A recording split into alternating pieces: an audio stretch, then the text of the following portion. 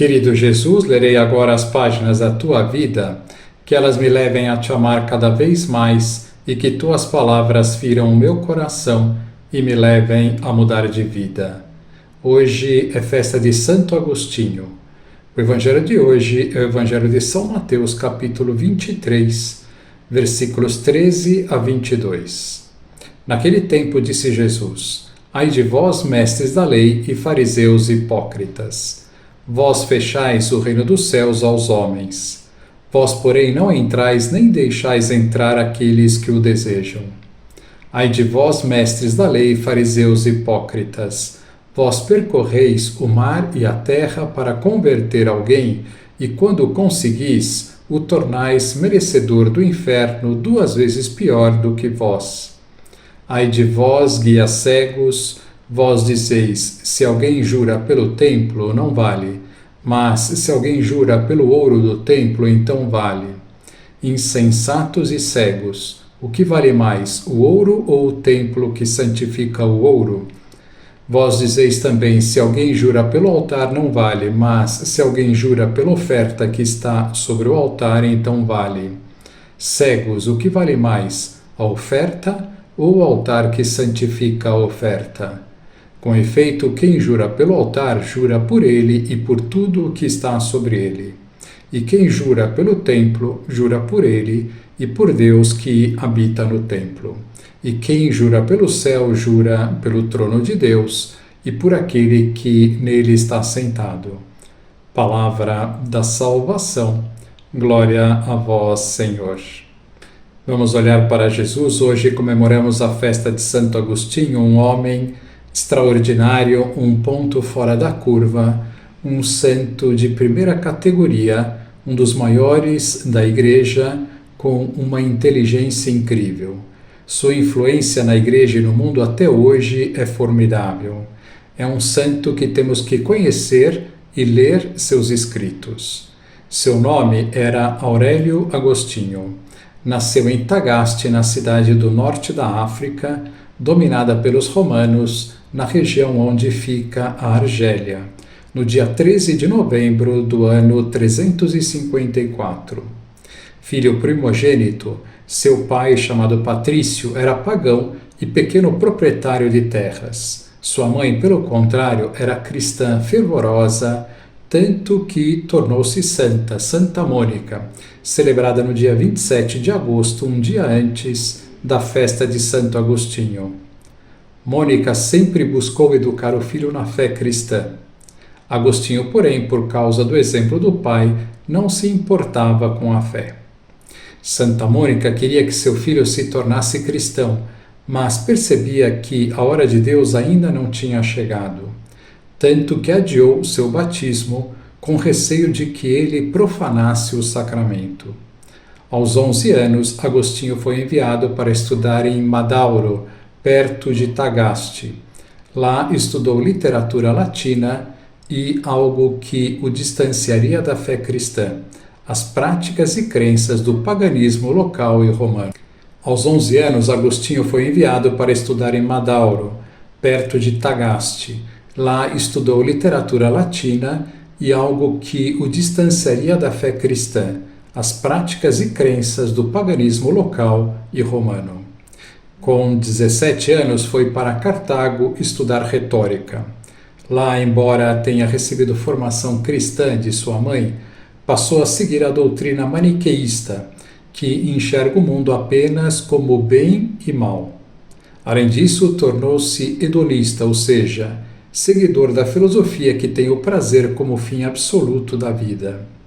2 anos depois, passou a viver com uma mulher cartaginense, com a qual teve um filho chamado Adeodato. O relacionamento dos dois durou 13 anos. Durante todo esse tempo, Santa Mônica rezava pela conversão do filho. Agostinho tornou-se um professor de retórica famoso. Chegou a abrir uma escola em Roma e conseguiu o posto de professor na corte imperial situada em Milão. Decepcionado com as incoerências do maniqueísmo, aproximou-se do ceticismo. Sua mãe mudou-se para Milão e exerceu certa influência sobre seu comportamento. Nesse tempo, também decepcionado com o ceticismo, Agostinho aproximou-se do bispo Ambrósio, Santo Ambrósio de Milão. A princípio queria apenas ouvir a retórica excelente do bispo. Depois, porém, foi se convencendo da verdade sobre Jesus Cristo pelas pregações de Santo Ambrósio. Sua mãe, ao mesmo tempo, não cessava de rezar por ele. Depois das buscas incessantes pela verdade, rendeu-se à coerência da mensagem de Jesus Cristo. Agora faltava cortar com toda a paixão desordenada da carne. Havia tido vários casos amorosos envolvendo-se com outras mulheres. Nesta luta interior enorme, um dia, no ano de 386, caminhando aflito e desolado em um jardim, aconteceu-lhe algo inesperado que o deixou atônito e, tirando-lhe todas as dúvidas, ele finalmente chegaria à sua conversão total. Joguei-me debaixo de uma figueira, conta ele, e dei rédea solta às minhas lágrimas. Não como as mesmas palavras, mas como o mesmo sentido. Disse a Deus muitas coisas como esta: Senhor, até quando? Até quando, Senhor, estarás irado? Não queiras mais lembrar-te das minhas maldades passadas. Enquanto dizia isto e chorava com amaríssimo arrependimento do meu coração, ouvi subitamente uma voz da casa vizinha, não sei se de menino ou menina, que cantarolava e repetia muitas vezes: Toma e lê. Mudou-se-me de repente o rosto e tentei recordar se havia algum jogo em que as crianças costumassem cantarolar algo de parecido, mas não me lembrava de ter ouvido nunca nada de semelhante. Contendo as lágrimas, levantei-me, interpretando essa voz como uma ordem divina para que abrisse o livro e lesse o que se me apresentasse. Voltei rapidamente ao lugar onde eu deixara a Bíblia. Tomei-a, abri-a e li em silêncio o primeiro trecho que vi. Dizia assim: Não andeis mais em comilanças e bebedeiras, nem em impudicícias e dissoluções. Deixai já as contendas e rixas, e revesti-vos de nosso Senhor Jesus Cristo, e não vos ocupeis da carne e de seus desejos. Não quis ler mais. Também não era necessário, pois, quando terminei de ler esse parágrafo, dissipou-se toda a escuridão das minhas dúvidas, como se uma luz fortíssima me tivesse inundado o coração. Depois da sua conversão, Santo Agostinho diria estas palavras tão famosas: Tarde te amei, beleza tão antiga e tão nova, tarde te amei.